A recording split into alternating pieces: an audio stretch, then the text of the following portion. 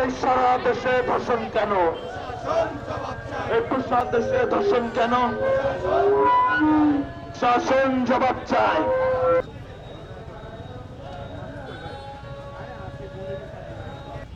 কিছু সত্য উপস্থাপন করতে চাই।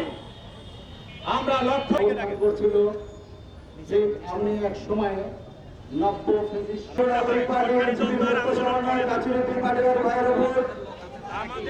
মানুষের আওয়াজ, বর্তমান বাংলাদেশের মানুষের কণ্ঠ নাসিরউদ্দিন পাটোয়ারি, যে বাংলাদেশ